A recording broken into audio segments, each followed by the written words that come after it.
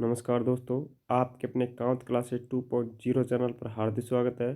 साथियों, आज हम आपके लिए बाल विकास एवं शिक्षण विद्या से संबंधित 30 महत्वपूर्ण प्रश्न लेकर आए हैं, जो रीट भर्ती परीक्षा 2025 में आयोजित होने वाली 27 फरवरी को तुम्हारा पेपर है, उसके लिए काफ़ी अच्छी क्लास है।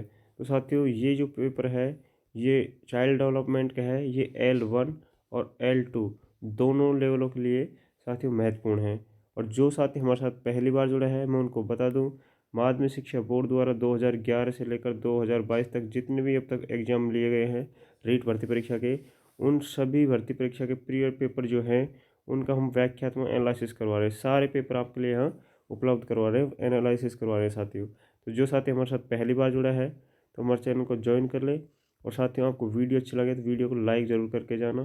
तो किस तरह के प्रश्न माध्यमिक शिक्षा बोर्ड द्वारा पूछे जाते हैं और नेक्स्ट जो हमारे 2025 में भर्ती एग्जाम होने वाली है, उसमें किस तरह के प्रश्न आपको देखने को मिल सकते हैं, इन सभी पर हम डिस्कस करेंगे।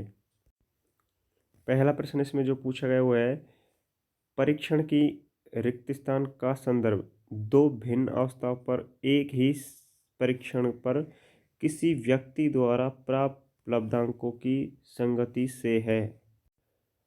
तो इसका हमको सही उत्तर बताना है। पहला ऑप्शन है विश्वसनीयता, दूसरा ऑप्शन है वैधता, तीसरा ऑप्शन है वस्तुनिष्ठता, चौथा है इनमें से कोई नहीं। तो साथियों, प्रश्न जो है काफ़ी अच्छा है। ऐसे प्रश्न अक्सर एग्जाम में पूछे जाते हैं। अब आप जितने पेपर देखेंगे सब में ये प्रश्न आपको देखने को मिलेगा। ये परीक्षण से संबंधित है। इसमें पूछा गया कि तो भिन्न अवसरों पर अलग अलग समय की अगर बात की जाए तो वहाँ पर एक ही परीक्षण कराया जा रहा है और व्यक्ति द्वारा जो लब्धांक है, जो नंबर है, उसके समान आ रहे हैं। तो वो कैसा पेपर है, उसके लिए वो विश्वसनीयता है। ठीक है, वहाँ पर विश्वसनीयता झलक रही है। वैधता वो होती है साथियों, जिस उद्देश्य के लिए पेपर बनाया गया है वो उद्देश्य की पूर्ति हो रही है तो वह वैध है। और वस्तुनिष्ठता तो आप सभी जानते हैं। तो ऐसे प्रश्न साथियों हर बार एग्जाम में आते हैं, ये आपको याद रखना है। और साथियों, मैं आपको बता दूं, इनमें आपको 4 ऑप्शन दिखाई दे रहे हैं। अब रीट भर्ती परीक्षा 2025 में जो आयोजित होने वाली है, वहाँ आपको इनमें 5 ऑप्शन दिखाई देंगे। ठीक है, और 10 प्रश्न से अगर आपने कम अटैम्प्ट किए, 10 प्रश्न छोड़ दिए, तो आपकी कॉफ़ी रिमार्क चेक नहीं होगी। ठीक है, तो ये भी आपको पता होना चाहिए। नेक्स्ट प्रश्न पूछा गया है, बच्चों को मुफ्त और अनिवार्य शिक्षा का अधिकार किस अधिनियम के अंतर्गत आता है? 2009, 2012, 2005 या 2010? तो इसका जो सही उत्तर है वो हमको बताना है। दूसरा जो प्रश्न है साथियों, इसका जो सही उत्तर होगा वो होगा 2009। जो बच्चों के लिए निःशुल्क एवं अनिवार्य शिक्षा का अधिनियम बनाया गया था वो 2009 में बनाया गया था। और एक प्रश्न और पूछा जाता है साथियों, ये भी कई बार आ गया है कि NCF national curriculum frame work, NCF, तो NCF की जो स्थापना हुई थी वो हुई थी साथियों 2005। ये आपको याद रखना है, इसकी फुल फॉर्म और इसकी स्थापना। जो राष्ट्रीय पाठ्यचर्या रूपरेखा है, ये अक्सर एग्जाम में आपको देखने को मिलेगी। तो ऐसे प्रश्न आपको याद रखने हैं जो अक्सर एग्जाम में बार बार रिपीट होते हैं। और साथियों, जो माध्यमिक शिक्षा बोर्ड है हमारा, ये जितने भी पेपर कराती है उनमें से 2-5% जो प्रीवियस पेपर से उठाए जाते हैं, तो वो आपके लिए काफ़ी महत्वपूर्ण होने वाले हैं। नेक्स्ट प्रश्न पूछा गया साथियों, शिक्षकों को मानसिक रूप से विक्षिप्त लोगों को निर्देश देते समय यह ध्यान रखना चाहिए कि वे परीक्षण उत्तीर्ण करने में सक्षम हैं। नेक्स्ट ऑप्शन है अधिक व्यावसायिक कौशल सीखें। नेक्स्ट ऑप्शन है हमारा सामान्य बच्चों के साथ प्रतिस्पर्धा करने के लिए कड़ा परिश्रम करें। और जो लास्ट ऑप्शन है वो है लगातार प्रतिस्पर्धी खेलों में समय बिताएं। तो इसका जो सही उत्तर है वो हमको बताना है। तो तीसरा जो प्रश्न है, इसका जो सही उत्तर होगा साथियों, बी ऑप्शन इसका बिल्कुल करेक्ट आंसर होगा, अधिक व्यावसायिक कौशल सीखे। ठीक है, बी ऑप्शन इसका बिल्कुल करेक्ट आंसर होगा। बढ़ते हैं नेक्स्ट प्रश्न पर। अगला जो प्रश्न पूछा गया है साथियों वो है पारितोषिक तथा दंड, पारितोषिक तथा दंड के माध्यम से सीखना अधिगम, सीखना बोला अधिगम है। तो पारितोषिक तथा दंड से संबंधित साथियों कई बार एग्जाम में आपको प्रश्न देखने को मिलेगा। जितने भी आप प्रीवियस पेपर देखेंगे उनमें 2 या 3 पेपर में 1-2 प्रश्न आपको देखने को मिलेंगे। तो ये प्रश्न बार बार रिपीट होता है। तो माध्यमिक शिक्षा बोर्ड ने साथियों प्रीवियस पेपरों से ही प्रश्न उन्हीं लेवलों के आधार पर प्रश्न पत्र बनाया है। और 2025 में भी आपको ऐसे ही प्रश्न पत्र देखने को मिलेगा। तो ये आपके लिए काफ़ी महत्वपूर्ण है। और आपको मैं बता दूं, जो साथी हमारे साथ पहली बार जुड़ा है, तो हमने हिंदी के 5 सेट डाल दिए हैं पिछले प्रीवियस पेपर के, ठीक है। इसके अलावा साइको के डाल दिए साथियों 4 सेट, ईवीएस के डाल दिए हैं, मैथमेटिक्स के डाल दिए हैं। तो हमारे साथ जुड़ जाइए साथियों। हम प्रत्येक जितने पेपर लगाए उन सभी सब्जेक्ट के आपको यहाँ पर प्रीवियस पेपर लेकर आएंगे। तो जो साथी पहली बार जुड़ा है तो चैनल को ज्वाइन कर ले, चैनल को सब्सक्राइब कर ले और बेल आइकन को प्रेस करना ना भूलें, क्योंकि अगर आप बेल आइकन प्रेस नहीं करेंगे तो वीडियो का नोटिफिकेशन आप तक नहीं पहुँचेगा। तो बेल आइकन प्रेस कर लेंगे साथ ही वीडियो का नोटिफिकेशन आप तक पहुँच जाएगा। जब भी हम आपके लिए वीडियो लेकर आएंगे वो आपको उपलब्ध हो जाएगी। तो चौथा जो प्रश्न है इसका जो सही उत्तर है वो है क्रिया प्रसूत अनुबंधन। सी ऑप्शन बिल्कुल करेक्ट आंसर होगा, पारितोषिक एवं दंड की अवस्था, ठीक है। बढ़ते हैं नेक्स्ट प्रश्न पर। अगला जो प्रश्न पूछा गया वो है साथियों, वैज्ञानिक अनुसंधान करने की दिशा में निम्नलिखित में से कौन सा एक कदम नहीं है। ये है या नहीं है, इस पर भी हमको ध्यान रखना है साथियों। यहाँ से भी प्रश्न हमारा गलत हो सकता है। तो पहला ऑप्शन है इसमें एक समस्या की अवधारणा है, संशोधन शोध निष्कर्ष है, आधार सामग्री एकत्र करना है, गतिशील दृष्टिकोण है। इनमें से जो नहीं है वो हमको बताना है। 5 जो प्रश्न है इसका जो करेक्ट आंसर है वो है साथियों गतिशील दृष्टिकोण। ये कदम इसका नहीं होता वैज्ञानिक अनुसंधान, ठीक है। तो D option is the correct answer. बढ़ते हैं नेक्स्ट प्रश्न पर। अगला जो प्रश्न पूछा गया है वो भी साथियों कई बार एग्जाम में आपको देखने को मिलेगा। जितने प्रीवियस पेपर हम करा रहे हैं उनमें आपको यहाँ ये प्रश्न रिपीट होता हुआ मिलेगा। स्थिर अवस्था बनाए रखने के लिए शरीर की प्रवृत्ति को कहते हैं समस्थिति, संतुलन, बढ़ावा देना, प्रेरणा। तो अगर हम जो स्थिति है इसको स्थिर बनाए रखने की सोचेंगे शरीर की प्रवृत्ति को, तो उसमें जो सही उत्तर होगा वो होगा हमारा समस्थिति। A option is the correct answer. बढ़ते हैं नेक्स्ट प्रश्न पर। अगला जो प्रश्न है ये साथियों काफ़ी अच्छा प्रश्न है और ये पूछा गया है इसमें, सीता एक डे केयर सेंटर में काम करती है, वेतन कम है और काम के घंटे लंबे हैं, लेकिन वह बच्चों के आसपास रहना पसंद करती है और उच्च वेतन वाली नौकरी की तलाश करने की कोई इच्छा नहीं रखती। सीता प्रेरणा किस प्रकार की लगती है? जो सीता की प्रेरणा है वो किस प्रकार की आपको लगती है? आंतरिक, बाहरी, स्वार्थी या बाहरी? बाहरी। तो इनमें से जो सही उत्तर हमको चूज करना है साथियों। जो अगर देखा जाए तो इसमें पूछा गया है कि सीता एक डे केयर सेंटर में काम कर रही है, इसमें वेतन तो कम है और समय अधिक समय तक काम करना पड़ता है, लेकिन वो अपने बच्चों के पास रहने के लिए साथियों वो नौकरी की दूसरी नौकरी की तलाश नहीं कर रही जिसमें अधिक वेतन मिले। तो इसमें जो इसको अभिप्रेरणा हो रही है साथियों वो हो रही है आंतरिक रूप से, ठीक है। ए ऑप्शन इसका बिल्कुल करेक्ट आंसर होगा। और ये आपको जो हम आंसर बता रहे हैं ये माध्यमिक शिक्षा बोर्ड द्वारा ऑफिशियल जो आंसर की जारी की गई थी उनसे संबंधित है साथियों। तो यहाँ गलती होने की गुंजाइश कतई नहीं है। तो साथियों अगर हमारे साथ जुड़ना चाहते हैं चैनल को ज्वाइन जरूर कर लेना और वीडियो अच्छी लगी तो वीडियो को लाइक करना ना भूलें और हमारे चैनल को दोस्तों के साथ में शेयर करना। नेक्स्ट प्रश्न पूछा गया, प्रतिभाशाली की पहचान में हमें प्राथमिकता देनी चाहिए। माता पिता की राय, वस्तुनिष्ठ परीक्षा का परिणाम, शिक्षकों की राय, सामुदायिक दृष्टिकोण। तो जो प्रतिभाशाली जो बालक है उनकी पहचान के लिए हमें जो प्राथमिकता देनी चाहिए वो देनी चाहिए साथियों वस्तुनिष्ठ परीक्षा का परिणाम। तो बी ऑप्शन इसका बिल्कुल करेक्ट आंसर है। बढ़ते हैं नेक्स्ट प्रश्न पर। अगला जो प्रश्न पूछा गया वो है साथियों फ्राइड के अनुसार, और इस सिगमंड फ्राइड से संबंधित आपको पता होना चाहिए, अक्सर एग्जाम में प्रश्न पूछा जाएगा। चाहे वो 22 की देख लो भर्ती, 21 की देख लो, 18 की देख लो, कोई सी भर्ती आप उठा के देखेंगे पिछले, तो सिगमंड फ्राइड से संबंधित प्रश्न अक्सर एग्जाम में पूछे जा रहे हैं। तो आपको रीट भर्ती परीक्षा 2025 में भी एक प्रश्न इससे संबंधित देखने को मिलेगा। तो इससे संबंधित जो टॉपिक है उसको कंफर्म कर लेना और मैं इसके लिए एक पर्सनल क्लास भी लेकर आऊँगा। तो सिगमंड फ्राइड के अनुसार व्यक्तित्व के प्राथमिक संरचनात्मक तत्व है, तो इसमें पहला ऑप्शन है चेतन, अवचेतन, अचेतन, इदम, अहम, परा अहम, आनंद के सिद्धांत, रक्षात्मक प्रतिक्रिया। साथियों हम फ्राइड की बात करें तो व्यक्तित्व से संबंधित जो प्राथमिक संरचना है वो है इदम, अहम, परम अहम, ईड, ईगो, जिसको सुपर ईगो हम बोलते हैं।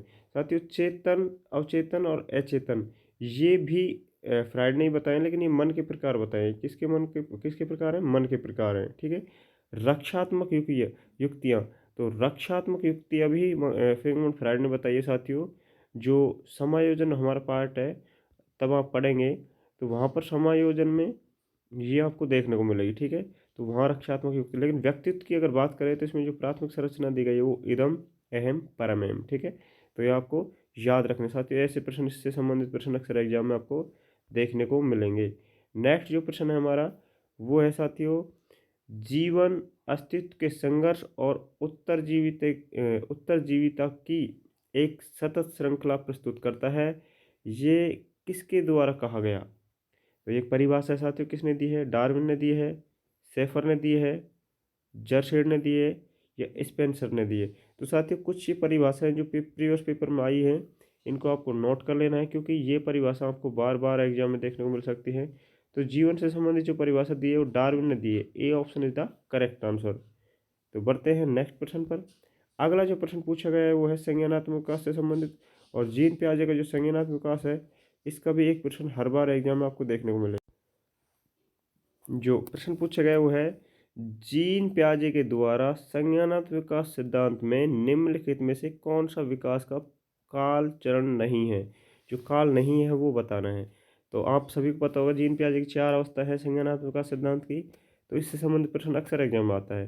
पहला ऑप्शन दिया गया है संवेदी प्रेरक स्थिति, दूसरा ऑप्शन है पूर्व संक्रियात्मक स्थिति, तीसरा ऑप्शन है चक्रीय चरण और चौथा ऑप्शन है औपचारिक प्रचालन। तो इसमें जो काल नहीं है वो हमको बताना। साथियों चक्रीय चरण, ये इसका कोई काल नहीं है, इसकी कोई अवस्था नहीं है। जो अवस्था है साथियों 4 अवस्था हैं वो आपको पता होनी चाहिए। संवेदी जो प्रेरक स्थिति है, मतलब इसको संवेदी गामक अवस्था बोलते हैं, जो 0 से 2 वर्ष तक चलती है। उसके बाद में संक्रियात्मक से पहले है पूर्व संक्रियात्मक, ठीक है। ये चलती है साथियों 2 से 7 वर्ष तक। इसके बाद में है संक्रियात्मक, जिसको मूर्त अवस्था कहते हैं, संक्रियात्मक, ठीक है, मूर्त अवस्था के नाम से जानी जाती है। ये है साथियों 7 से 11, और औपचारिक प्रचालन जो है 11 से अधिक। ये 4 अवस्था बताइए जीन पियाजे ने मनोविज्ञान जो संज्ञानात्मक का सिद्धांत है इसकी।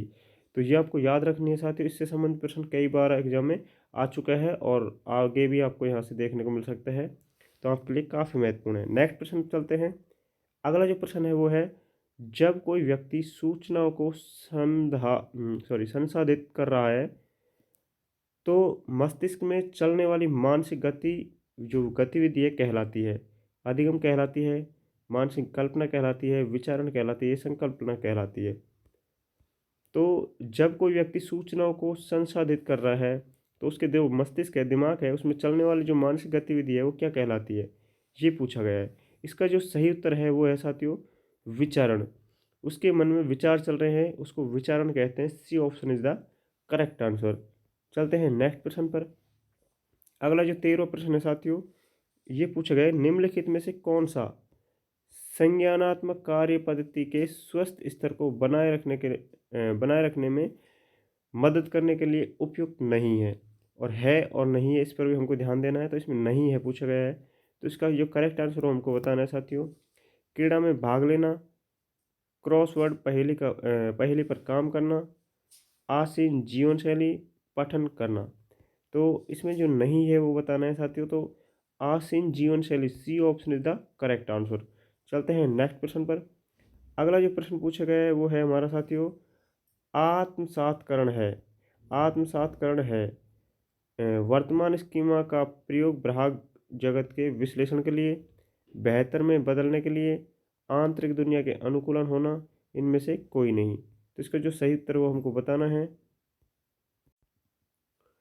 तो वर्तमान स्कीमा का प्रयोग भ्रात जगत विश्लेषण के लिए अगर हम कर रहे हैं तो उसको क्या बोलते हैं साथियों?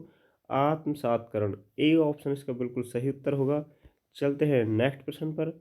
और अगला जो प्रश्न पूछा गया है ये भी साथियों कई बार एग्जाम में आया हुआ है प्रश्न है।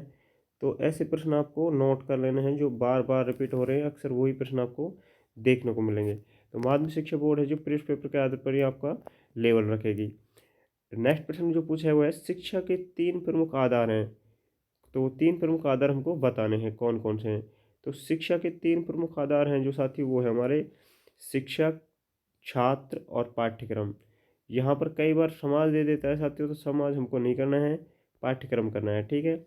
अब देख लो इसमें क्रियाविधि दे दी है बीच में, छात्र और शिक्षक और छात्र तो हमेशा आपको देखने को मिलेंगे लगभग, लेकिन इसमें क्रियाविधि दे दिया और भी इनसे मतलब नहीं है हमको, केवल ये तीनों याद होने चाहिए, शिक्षक, छात्र और पाठ्यक्रम। तो ए ऑप्शन इसका बिल्कुल करेक्ट आंसर होगा। चलते हैं नेक्स्ट प्रश्न पर। अगला जो प्रश्न है ये अधिगम अक्षमता से संबंधित है और हर बार 2 या 1 प्रश्न आपको यहाँ से देखने को मिलेगा। तो डिसलेक्सिया किसे कहते हैं? जो डिसलेक्सिया है वो किसे कहते हैं आपको बताना है।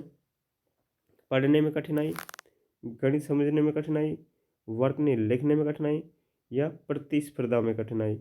तो डिसलेक्सिया है जो है साथियों पढ़ने में कठिनाई। किसमें?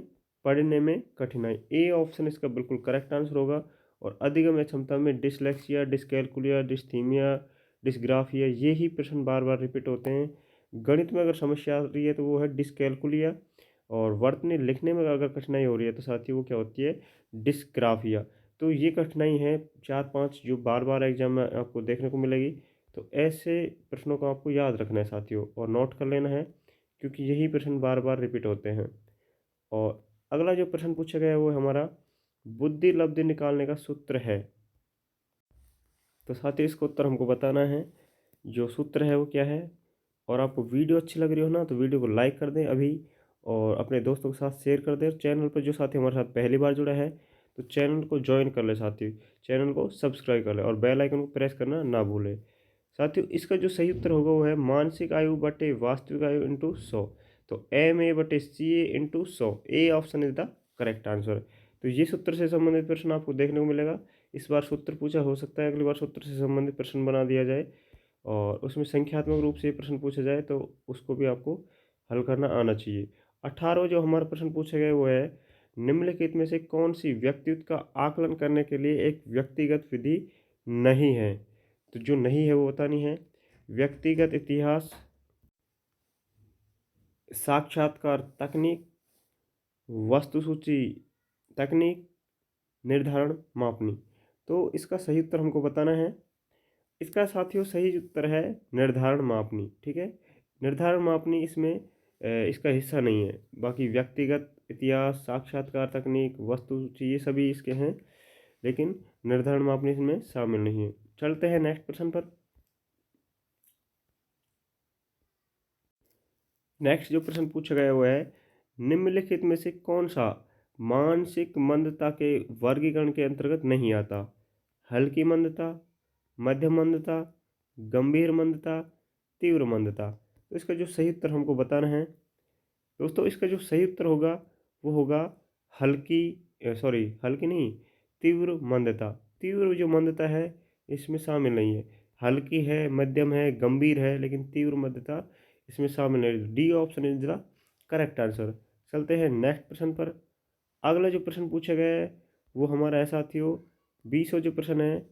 व्यक्ति को चित्रों की एक श्रृंखला दिखाई जाती है और उसे एक कहानी बनाने के लिए कहा जाता है। यह रिक्त स्थान प्रक्षेपी तकनीक में प्रयुक्त किया जाता है। तो कौन सी तकनीक में प्रयोग किया जाता है ये हमको बताना है। कथानक संप्रत्यक्षण परीक्षण, भूमिका निर्वाह, रोरसाक या नाटकीय प्रस्तुति। तो इसका जो सही उत्तर है साथी वो है कथानक संप्रत्यक्षण परीक्षण। ए ऑप्शन बिल्कुल करेक्ट आंसर होगा। चलते हैं नेक्स्ट प्रश्न पर। अगला जो प्रश्न है उसे देखते हैं कैसा प्रश्न पूछा गया है।